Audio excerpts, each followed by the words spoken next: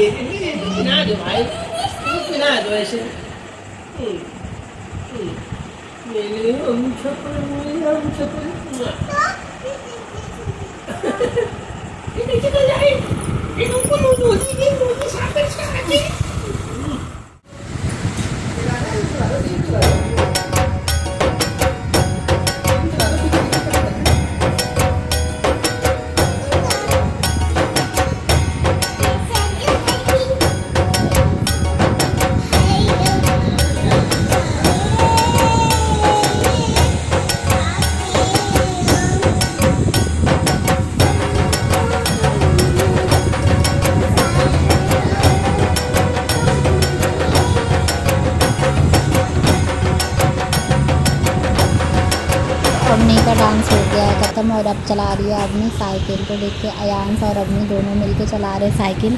तो अवनी को साइकिल चलाना बहुत पसंद है, पर ये साइकिल अभी तक चला नहीं पा रही थी। और ये साइकिल इसकी बहुत पुरानी है, जब ये 1 साल की हुई थी तो इसके पहले जब पापा ने दिया था, जब से ये रखी है। अभी अवनी 5वीं साल में पढ़ने वाली है 28 तारीख को।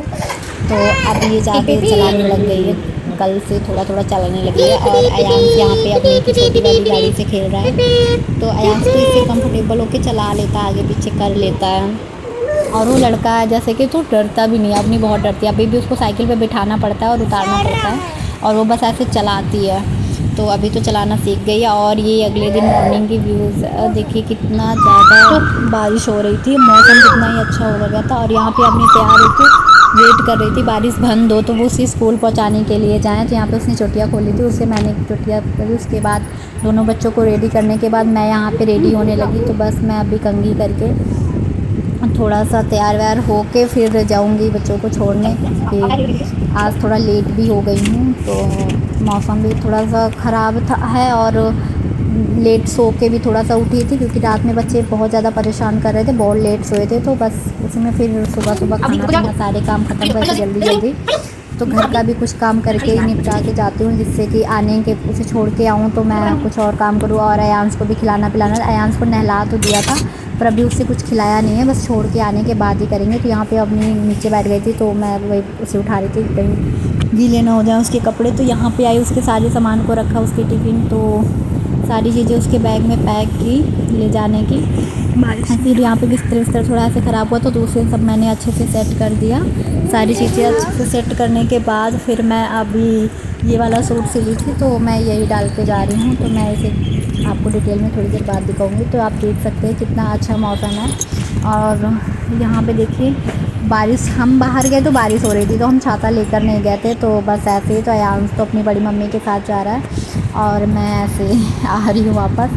तो बस वापस आके फिर अयांश को भी थोड़ा सा खिलाया पिलाया, जब बहुत ज़्यादा काम हो जाते हैं। तो जैसे ही अयांश को थोड़ा बहुत नाश्ता पानी करवाया, फिर मैं आपको अपना सूट दिखाती हूँ, इसे मैंने सिलाया। तो आप देख सकते हैं कितनी अच्छी फिनिशिंग है। तो मैंने बस यूट्यूब से कोर्स सीखना शुरू किया, फ्री में ऐसे ही देख के, कोई कोर्स नहीं परचेज़ किया है। तो ये नेक वगैरह देखिए आप कितना अच्छा बैठा हुआ है। और इसकी आस्तीन जो है, मैं आज तक बड़ी आस्तीन कभी सेट नहीं कर पाती थी, पर हाँ तो आने लगा है।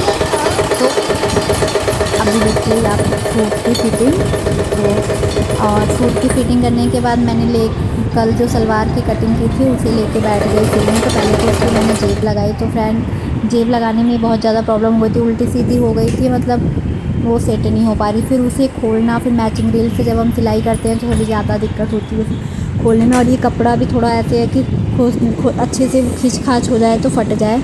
तो जैसे तैसे मैंने जब सिलाई मारी तो फिर देखा तो इसमें बहुत ही बड़ी गड़बड़ हो चुकी थी। और वो गड़बड़ ये हुई है कि ये जो दोनों पैर के हैं ना, ये छोटे बड़े से हो गए हैं। एक साइड तो मैंने सिल लिया, जब दूसरी साइड की बारी आई तो वहाँ पे काफ़ी ज़्यादा छोटा बड़ा हो गया।